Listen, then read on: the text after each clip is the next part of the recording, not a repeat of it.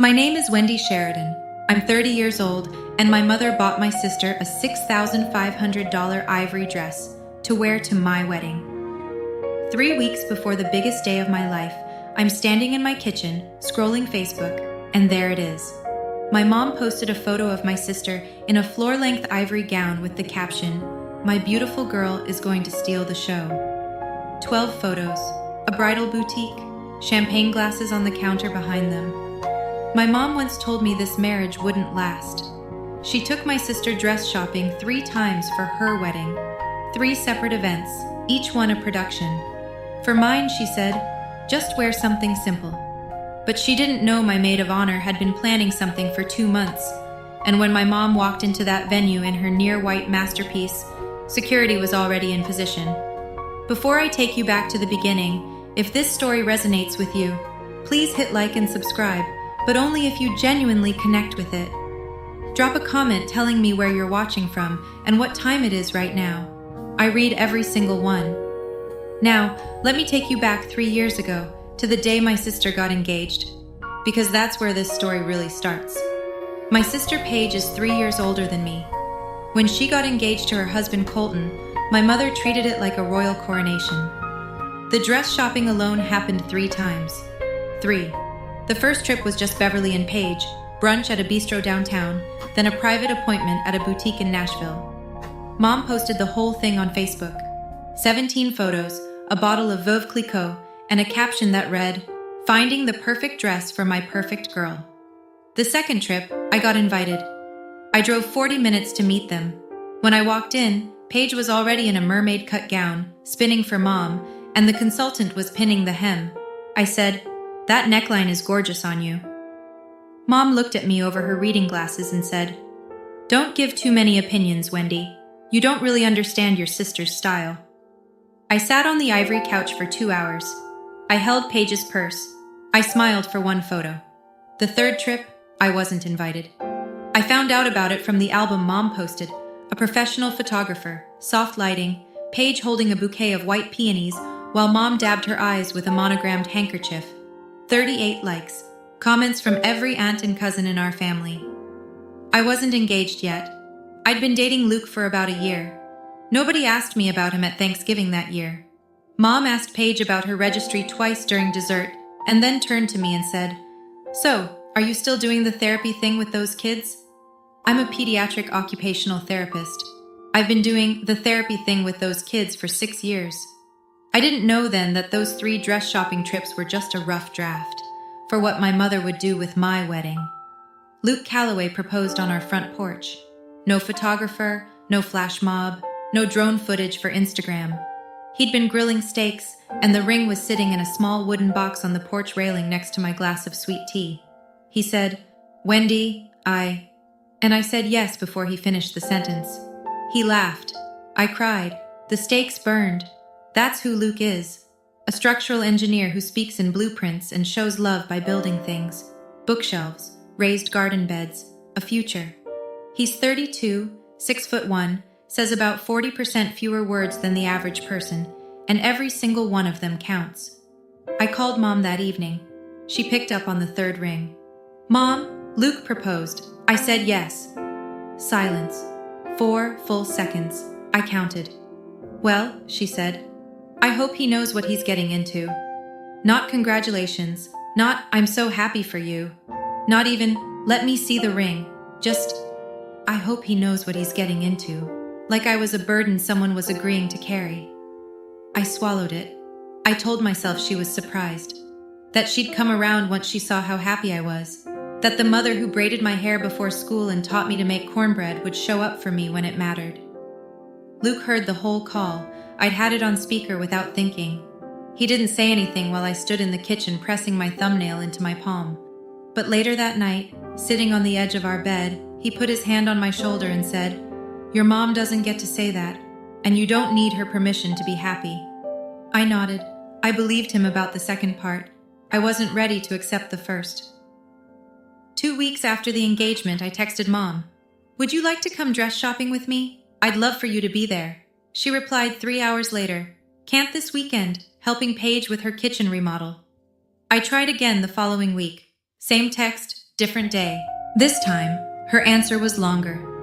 And I've read it so many times I could recite it in my sleep. Just wear something simple, Wendy. This marriage won't last, and you'll regret spending money on a dress you'll only wear once. Luke seems nice, but you two are so different. I'm saying this because I love you. I screenshot that message, not because I was building a case. I didn't have a plan yet. I screenshot it because I needed proof that I wasn't imagining things, that the words on my screen were real, that my own mother had just told me my marriage was already dead before I'd picked a venue. I went dress shopping with Megan, my maid of honor, my best friend since freshman year at UT Knoxville, and 2 coworkers from the hospital. No champagne, no photographer, no mother wiping tears in the mirror behind me. We went to a mid-range bridal shop off Highway 70. The consultant's name was Patricia. She pulled 8 dresses. The 4th one, A-line, soft lace overlay, cap sleeves, nothing dramatic. I stepped onto the platform and looked in the mirror and felt something crack open in my chest. Megan said, "That's the one." I cried in the fitting room for 6 minutes. Patricia brought me water in a tissue box and didn't say a word, which was exactly right. I bought the dress myself, paid in full. I thought that text was the worst thing my mother would do. I was wrong. She was just getting started.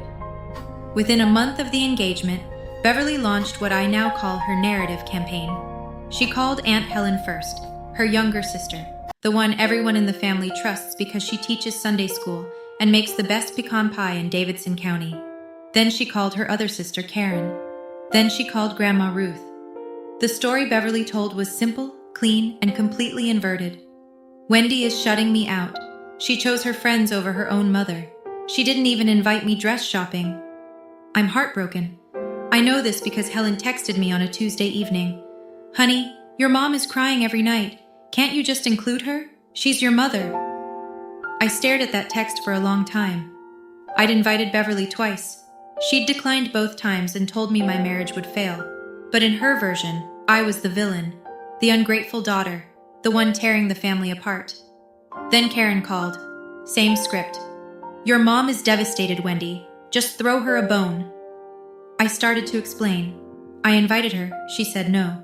But Karen cut me off. "Well, that's not what she told us." Of course it wasn't. The stakes crystallized that week. If I stayed quiet, Beverly's version would become the family's truth. Every aunt, every cousin, every person at Thanksgiving would look at me as the daughter who couldn't even let her mother be part of her wedding. My own day would be overshadowed by whatever drama Beverly manufactured. And the narrative, Wendy chose wrong, Wendy is selfish, Wendy doesn't value family, would follow me for years. Then Megan forwarded me something. Beverly had told Grandma Ruth that I was marrying Luke for his money. Luke is a structural engineer. He drives a 2019 Tacoma with a dent in the bumper. The accusation wasn't just false. It was designed to make Ruth question my character. That's when I understood. Silence wasn't peace. Silence was surrender. Luke and I sat at the kitchen table that night. He'd made pasta. Neither of us touched it. "You've got 2 options," he said. "Let her wreck the wedding or protect it. I'm behind you either way." I looked at him. "You'd really be okay with me doing something about this?" "Wendy, she told your grandmother you're marrying me for money. I drive a truck with duct tape on the mirror. I think we're past the point of keeping the peace." I almost laughed. Almost. I called Megan at 9:15 that night. She picked up before the second ring. Megan always does, like she's been waiting her whole life for an emergency to manage, which honestly, she kind of has. She runs events for a hotel chain in Nashville. Logistics is her love language. "I need your help with something," I said. "But first, am I being crazy? Am I overreacting?" She didn't pause.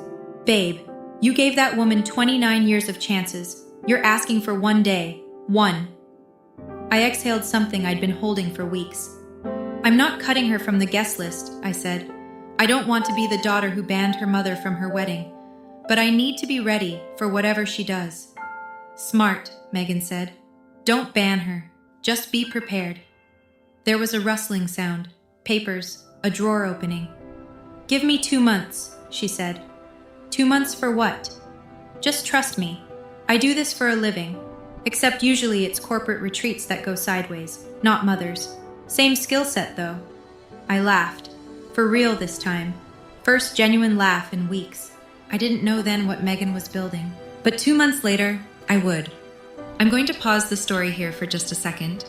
If you're watching this and you've ever had to choose between keeping the family peace and keeping your own dignity, I get it. That's a choice no one should have to make, but so many of us do. If this story is hitting close to home, drop a comment with "one day" below, just so I know you're here. And if you haven't subscribed yet, hit that button so you don't miss what comes next. Because what my mother did after this, I still can't believe it. 6 weeks before the wedding, I drove to Mom's house. I didn't call ahead. I needed to look her in the eyes. She was sitting at the kitchen table with Paige when I walked in. Tea, lemon pound cake, a catalog from a home decor store open between them. A normal Tuesday for the two of them. "Mom, I need to talk to you about the wedding." She didn't look up from the catalog. "What now?" "I want you there, but I need you to support me, not compete with me." That made her look up. "Compete? I'm your mother. Everything I do is for this family." "Then why did you tell Aunt Helen I didn't invite you dress shopping? I invited you twice, Mom. You said no both times." Beverly turned to Paige, slow, deliberate. "Do you see this? This is what I deal with." Paige stared at the table, said nothing. I waited.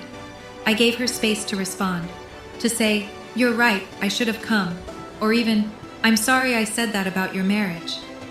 Anything. Instead, her eyes welled up, her chin trembled, and she pulled the one card I should have expected, but somehow never get used to. "You're turning everyone against me," she whispered. "Your father would be ashamed." My father died 6 years ago. Heart attack at the hardware store on a Saturday morning. He was 52, and Beverly had just weaponized him to win an argument at her kitchen table. I stood up. My chair scraped the tile. Paige flinched. "I asked you a question and you answered it," I said. "Goodbye, Mom." I walked out, got in my car, drove 4 blocks, pulled over, sat there with the engine running for 11 minutes. It was the first time in my life I'd walked out on her mid-conversation, and I already knew it wouldn't be the last. 10 days later, my phone rang at 7:40 in the morning. "Megan, check your mom's Facebook, right now." I was still in bed. Luke was in the shower. I pulled up Beverly's profile with one eye open and both lungs stopped working. 12 photos, a bridal boutique, not the one I'd gone to, a high-end place on West End Avenue, Paige standing on a pedestal in front of a 3-panel mirror, and the dress, floor-length ivory, sweetheart neckline, lace applique across the bodice, beaded detailing along the hem, a cathedral-length train folded neatly behind her on the platform.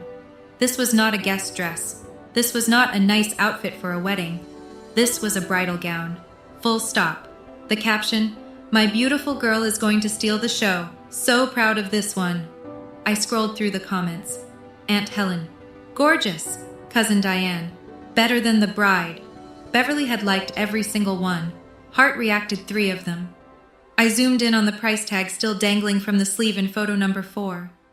My hands were steady. My breathing was not. $6,500 for a dress my sister was going to wear, as a guest, to my wedding. Luke came out of the bathroom with a towel around his waist and found me sitting on the edge of the bed, phone in my hand, expression he'd never seen before. "What happened?" I turned the screen toward him. He looked at it for 5 seconds. His jaw tightened. "Okay," he said quietly. "Okay." I picked up my phone and called Megan. She answered before the first ring finished. I said one sentence. "Start the plan." I called Paige that afternoon. I didn't want to, but I needed to give her a chance, not for her sake, for mine, so that whatever happened next, I could look in the mirror and say, "I tried." She picked up on the 4th ring. "Hey, Wendy. I saw the dress Mom bought you." Silence. A long one. "Paige, you know that's an ivory bridal gown, right?" "It's not white. It's ivory. Mom picked it out." "It has a train." 5 seconds of nothing. I could hear her breathing shift. "I'm asking you, sister to sister, Please don't wear that dress to my wedding." Her voice came out smaller. "Mom already told everyone about it. If I change now, she'll be devastated. And if you wear it, I'll be devastated. Who matters here, Paige? That's not fair." "No, it's not."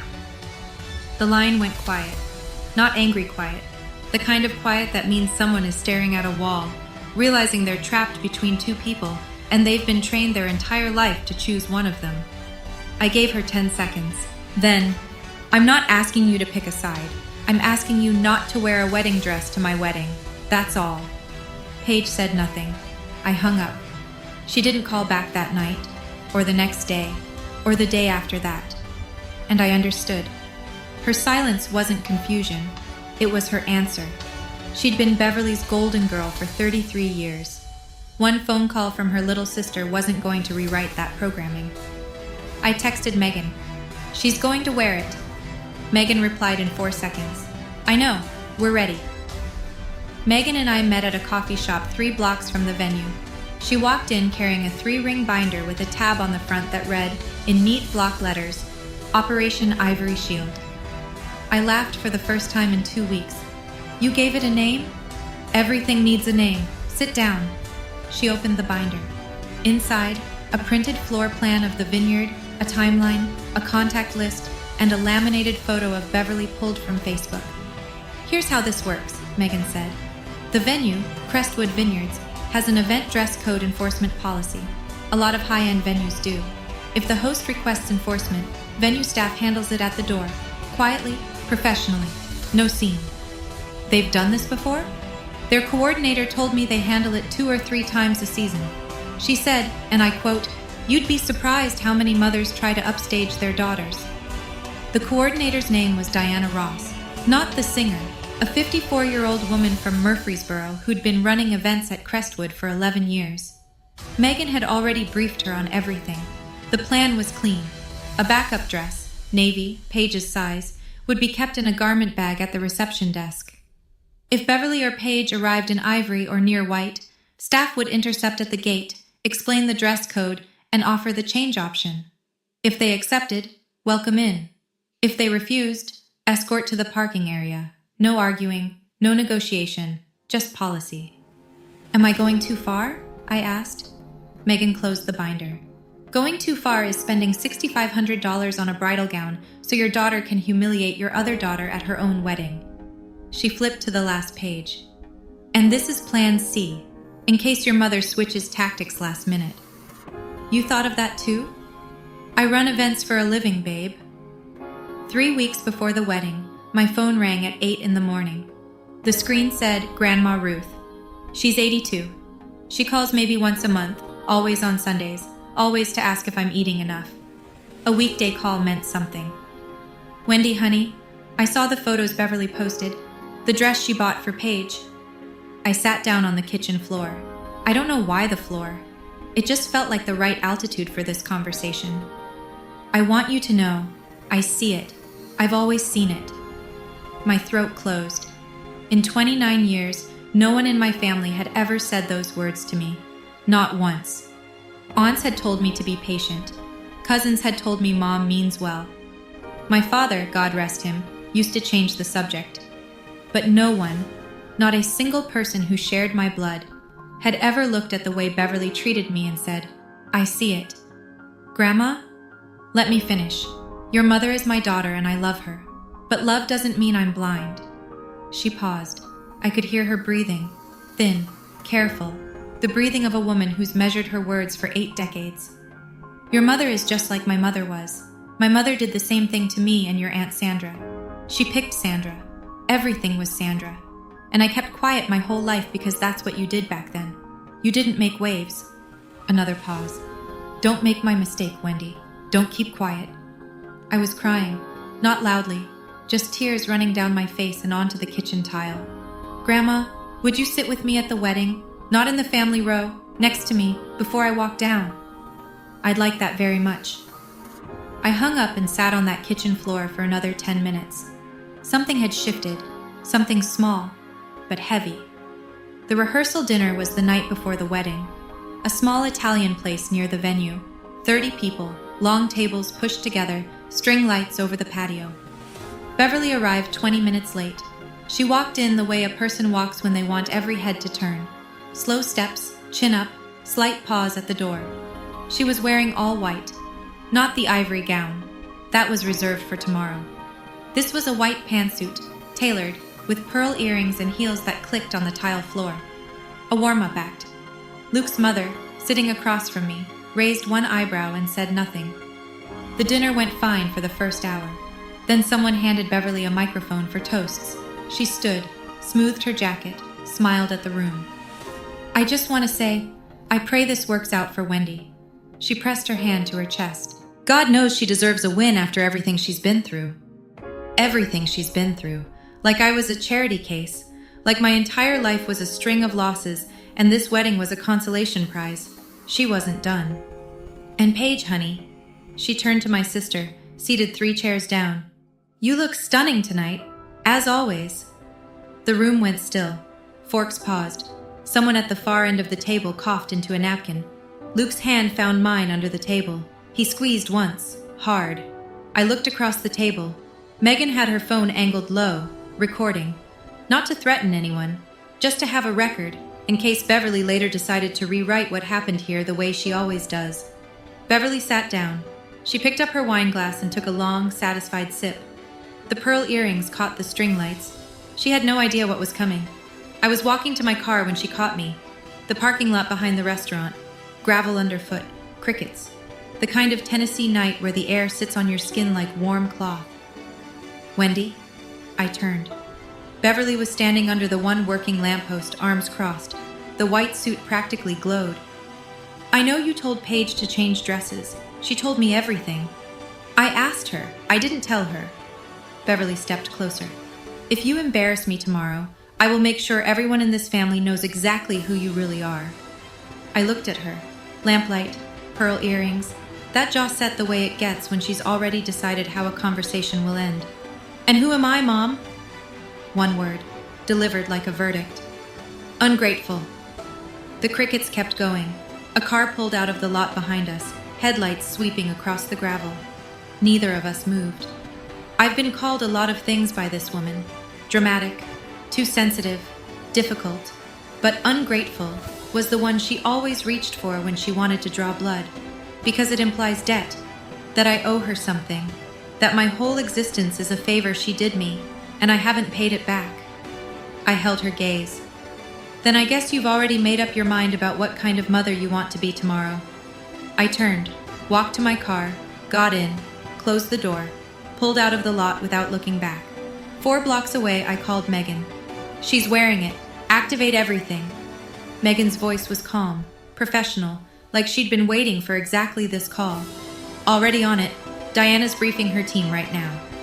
14 hours until I walked down the aisle, and I knew exactly what was going to happen. 5:47 a.m. The bridal suite at Crestwood Vineyards smelled like hairspray and fresh coffee. Megan was behind me with a curling iron. Outside the window, rows of grapevines caught the first gray light. Diana confirmed, Megan said, wrapping a section of hair around the barrel. 2 staff members posted at the gate from 3 o'clock on. They have photos of both Beverly and Paige. Backup dress is in a garment bag at the front desk. Navy, size 8. And if she refuses? Security walks her to the parking area, politely. Diana's words, "We do this with grace. This is a vineyard, not a nightclub." I looked at my reflection. Under the robe, my dress hung on the closet door. The A-line I'd chosen myself, paid for myself, cried over by myself. At 9:15, I put it on. Megan zipped the back. I stood in front of the full-length mirror, and something settled in my chest. Not excitement exactly, but certainty. Ownership. This dress. This man. This day. Mine. Megan's phone buzzed. She glanced down, then held the screen toward me. Beverly's Instagram story. A selfie of her and Paige, both in Ivory, posing in Beverly's living room. The caption, "The Sheridan girls are ready." I looked at it for 3 seconds, exhaled through my nose. "Okay," I said. Megan pocketed her phone. "Okay." She squeezed my shoulder and went to check the seating chart one last time. I stood at the window alone. The vineyard stretched out below, rows of green-white chairs arranged in a crescent, an arch wrapped in eucalyptus and white roses. Luke was out there somewhere, probably triple-checking the speaker system. The ceremony started at 4. Beverly arrived at 3:47. She'd never been early for anything in my life, but today, she wanted an audience. I know a lot of you are asking, do I regret what happened next? The short answer is no. But don't jump ahead. Let me tell you exactly what my mother saw when she stepped through those vineyard gates. If you've made it this far, you're patient, like me. Hit that like button so I know you're still here, and share this video with someone who needs to hear this story. Now, back to the wedding. 3:47 p.m. I wasn't at the gate. I was in the bridal suite, exactly where I was supposed to be. Megan had positioned herself near the entrance with a clear sightline. She texted me everything in real time. Beverly's silver Mercedes pulled into the gravel lot. The door opened. One ivory heel hit the ground, then the other. She stepped out in the full glory of that $6,500 dress. Sweetheart neckline, beaded lace, the hem brushing the gravel as she walked. Paige followed, also ivory, simpler cut, but unmistakably bridal adjacent. Guests near the parking area turned. A few whispered. One of Luke's cousins actually stopped mid-sentence. Beverly smiled. She was feeding on it. The attention, the double takes, the murmurs. This was the entrance she'd been planning for weeks. She made it 15 steps past the gate. 2 staff members, black vests, earpieces, calm posture, stepped forward. "Good afternoon, Mrs. Sheridan." The taller one, a man named James, extended his hand toward a small seating area off the main path. "I'm with the event coordination team. We have a dress code in effect for today's celebration. And unfortunately, the attire you're currently wearing doesn't meet the guidelines set by the couple." Beverly's smile froze. "Excuse me? I'm the mother of the bride." "Yes, ma'am. And the bride has requested dress code enforcement for all guests." "This is ridiculous. Where is Wendy?" "The bride is preparing for the ceremony, ma'am. We have a lovely dress prepared in your size if you'd like to change and rejoin the celebration." Beverly's head swiveled, scanning for a familiar face, someone who would intervene. Guests stood at a distance. Nobody moved toward her. Nobody stepped in. Her chin lifted, her jaw locked. "I will not be treated like this." Diana Ross, the venue coordinator, not the legend, appeared from behind the trellis archway like she'd been waiting in the wings of a stage, which, in a way, she had. 54 years old, reading glasses on a chain, clipboard in hand, the kind of woman who has handled 800 weddings and every version of family chaos that comes with them. "Mrs. Sheridan," her voice was warm, even. "The couple's wishes are clear. We can escort you to the parking area, or you can change into the dress we've prepared. Those are the 2 options." Beverly's lip trembled. Not from sadness, from rage compressed into a very small space. "You cannot keep a mother out of her own daughter's wedding." Diana didn't blink. "Ma'am, the choice is yours. We're happy to accommodate either option." A handful of guests were watching from the lawn now, far enough to be polite, close enough to see everything. Aunt Helen, Cousin Diane, Luke's parents. Beverly looked at them.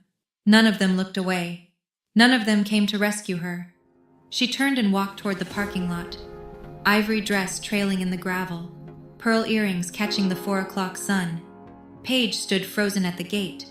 James held out a garment bag. Navy dress, her size, pressed and ready. "Ms. Colton, this was prepared for you. There's a changing room right inside." Paige watched her mother's back recede toward the Mercedes. Then she looked at the vineyard, the white chairs, the eucalyptus arch, the guests settling in. 5 seconds, maybe the longest 5 seconds of her life. She reached for the garment bag. "Where's the changing room?" It was the first time in 33 years that Paige didn't follow Beverly. My mother sat in her Mercedes in the gravel lot for the entire ceremony. I'm told she watched through the windshield. Megan slipped into the bridal suite, closed the door behind her, and said 5 words. "She's gone." Paige changed. Done. I pressed my palms flat on the vanity table, breathed in, breathed out. Something heavy, something I'd been carrying for weeks, maybe years. lifted off my shoulders, and just floated away. "You okay?" Megan asked. "Yeah." I looked at her. "Yeah, I really am." The doors to the vineyard patio opened at 4:03. The cellist began to play. Warm Tennessee light poured through the arch of eucalyptus and white roses. Grandma Ruth was sitting in the front row, right side. She wore a sage green dress we'd picked out together over FaceTime. She'd held up 4 options, and I'd chosen the one that matched her eyes. When she saw me step into the doorway, she pressed both hands over her mouth and her shoulders shook. I walked down the aisle alone. No one gave me away because I wasn't anyone's to give. Luke stood at the end. His tie was slightly crooked. His hands were clasped in front of him, and his right thumb was tapping his left knuckle, the thing he does when he's trying not to cry. Paige sat in the 3rd row, navy dress, red-rimmed eyes, face steady. The chair beside Grandma Ruth, the one that should have held my mother, was empty. I didn't look at it. I kept my eyes on Luke. His vows were 8 sentences long. The last one: "I choose you, not the easy version, the real you, every single day." Mine were shorter. "I spent my whole life waiting for someone to show up for me. You did, and I'm done waiting for anyone else." We kissed. The guests stood. Walking back down the aisle, I glanced through the far window. A silver Mercedes was still parked in the gravel lot. I turned forward, smiled, and kept walking. The reception started at 5:30 under the white tent. String lights, mason jars with wildflowers, a bluegrass trio Luke's college roommate put together. The kind of evening where the air smells like honeysuckle and warm bread, and you forget, for whole stretches of minutes, that the world outside this tent exists. I danced. I laughed. Really laughed. Not the polished kind I'd been performing for months. Luke twirled me twice during our first song, which was not choreographed and was slightly offbeat, and it was perfect. Megan gave her maid of honor speech at 6:15. She talked about our freshman dorm room and the time I accidentally set off the fire alarm trying to make ramen at 2 a.m. She talked about watching me build a career I love, find a man who sees me, and plan a wedding that was mine from start to finish. She didn't mention Beverly, not once. No shade, no pointed absence. Beverly simply had no role in the story of our friendship. At the dessert table, I noticed Paige checking her phone. She looked at the screen, set it face down on the table. A minute later, it buzzed again. She glanced at it, set it down, buzzed again, and again. The 4th time, Paige picked up the phone, held it for a moment, and powered it off. She slid it into her clutch and picked up a slice of cake. Across the tent, Aunt Helen's phone rang. She answered, listened for 3 seconds, and I watched her face tighten. "Beverly, I'm at the wedding," she said. "Wendy looks happy. I'll call you tomorrow." She hung up and went back to the dance floor. I found out later, Megan checked the venue's security footage the next morning, that the silver Mercedes left the gravel lot at 7:23 p.m. I didn't notice. I was dancing with my husband. Beverly's phone campaign started before noon the next day. She called everyone. The script was predictable, polished, tearful, rehearsed. Wendy hired security to throw me out of my own daughter's wedding. I've never been so humiliated. She's turned into someone I don't recognize. It was a good script. It had worked for her before, with the dress shopping, with the engagement, with every rewritten narrative she'd fed this family for years. But this time, there were witnesses. Helen called her back that evening. "I saw the dress you were wearing, Beverly. That was a wedding gown. It was ivory, not white. It had a train, Beverly. I was 10 feet away." Karen called next. "Bev, I love you, but I watched the staff ask you to change and you refused. You chose to leave." Cousin Diane texted the family group chat, the one Beverly wasn't in, a single sentence. "Has anyone else's mother ever worn a bridal gown to their kid's wedding, or is that just us?" The narrative collapsed. Not all at once. These things erode. They don't explode. But for the first time in my memory, Beverly's version of events couldn't overwrite reality. Too many people had stood on that lawn and watched her walk toward the parking lot in $6,500 of ivory lace. Within 3 weeks, 3 family members declined Beverly's Thanksgiving invitation. Helen said she was doing a quiet year. Karen said she needed space. Grandma Ruth said nothing at all, which from Ruth was the loudest statement of all. Then Karen called me. Her voice was careful, deliberate. "Wendy, I owe you an apology. I should have seen this years ago. Your mother, she did the same thing to me when I got married, but nobody believed me back then." I sat with that sentence for a very long time. 2 weeks after the wedding, Grandma Ruth called Beverly. I wasn't on the line. Ruth told me about it afterward, sitting in her living room with a cup of decaf and a crocheted blanket across her lap. She recounted it word for word because Ruth is 82 and remembers conversations the way some people remember songs, perfectly, and for a long time. "Beverly," she said, "I love you. You're my daughter and I will always love you. But I need to say something I should have said 20 years ago." Beverly started to interrupt. Ruth kept going. "You treated Wendy at that wedding the same way your grandmother treated me and Sandra. The favoritism, the competition, making one daughter the sun and the other the shadow. I watched it happen to me, and I kept my mouth shut because that's what women in this family did. We didn't make waves." Pause. "I'm done not making waves," Beverly cried. Beverly got angry. Beverly said Ruth was being manipulated by Wendy. She said Wendy had poisoned the family against her. She ran through every tool in her usual kit: tears, guilt, deflection, the rotating door of blame. Ruth waited until she was done. Then, "I love you, Beverly, but right now, I like Wendy more, and that should tell you something." When Ruth told me this, sitting in her living room, her hand trembling slightly on the arm of her chair, I cried, not from sadness, from something I don't have a clean word for, relief maybe, or the feeling of a door finally opening after you've been pushing on it your whole life and finding out it was unlocked the entire time. Ruth sipped her decaf. "I should have said it sooner. I'm sorry it took me this long." "You said it," I told her. "That's what matters." 1 month after the wedding, a text from Paige. "Can we get coffee? Just us." I almost didn't go. Luke said, "You don't owe her anything."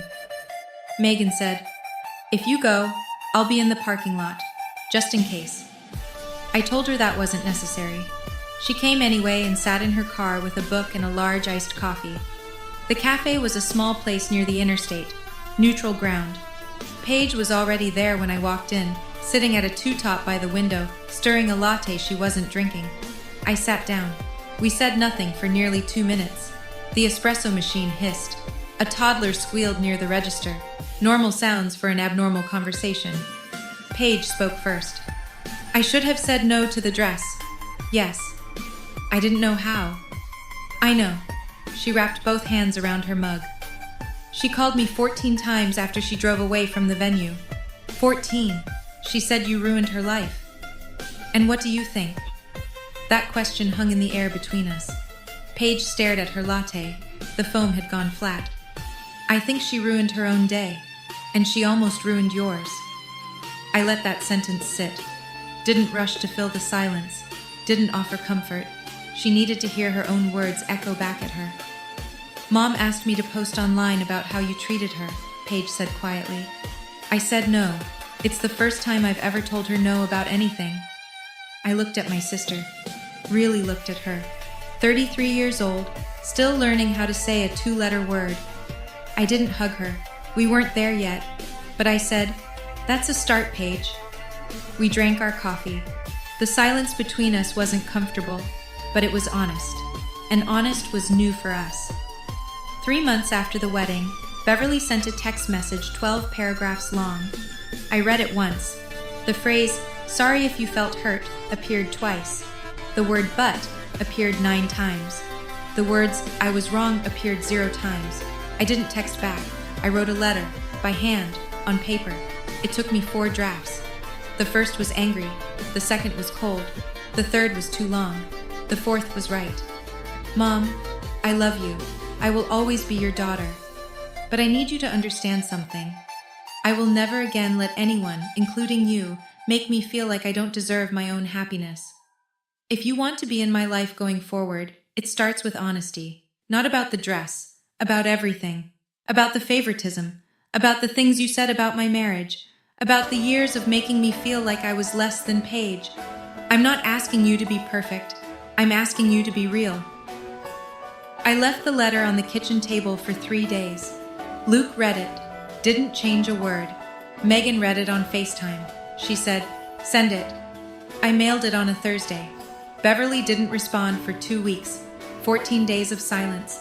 I didn't chase her, didn't send a follow-up, didn't call Helen to ask if Mom had gotten the letter. I just waited. Then my phone rang. Beverly's name on the screen. "Can we have lunch?" 3 seconds of silence. Mine this time. "Yes, but I picked the restaurant." She paused. "Okay." We met at a place downtown the following Saturday. Beverly arrived on time, which, for her, was extraordinary. She was wearing a navy blouse and gray slacks. Not ivory, not white, navy. Neither of us mentioned it, but I noticed. So that's the story, all of it. I'm telling it to you now, 7 months later, sitting in the house Luke and I bought together, with a cup of coffee that's gone cold and a wedding photo on the shelf behind me. In the photo, I'm laughing. Luke's tie is still crooked. Grandma Ruth is visible in the front row, dabbing her eyes with a tissue. There's an empty chair in that photo. I don't crop it out. It's part of the story. I didn't tell you this so you'd hate my mother. Beverly is complicated and damaged, and still my mom. I told you because for a very long time, I believed that loving your family meant swallowing everything. That keeping the peace meant absorbing every slight, every comparison, every dismissal, forever. That if I just tried harder, gave more chances, was a little more patient, she'd finally see me. I was wrong about that, and letting go of that belief was the hardest thing I've ever done. Harder than the wedding, harder than the letter, harder than watching her walk to that parking lot. Here's what I learned. Boundaries aren't walls, they're doors. You decide who walks through, and on what terms. My mother and I are still figuring it out. It's not perfect, it's not a movie ending, but for the first time, she knows that I will not bend just because she cries. And for the first time, I know that I'm allowed to protect my own joy without asking permission. The ivory dress? Paige tried to return it after the wedding. The store wouldn't take it back. It's hanging in Beverly's closet right now. I think that's the most fitting reminder there is. If you're standing at that line, between keeping the peace and keeping yourself, I want you to know, you deserve to choose yourself. At least once. That's my story. But I have a feeling it's yours too. If you've ever had to set a boundary with someone who was supposed to love you unconditionally, drop "my door" in the comments below. I read every single one. And if you want more stories like this, hit subscribe and turn on notifications. There's another video waiting for you in the description, an inheritance story that'll make your jaw drop. Thank you for being here. Thank you for listening. I'll see you in the next one.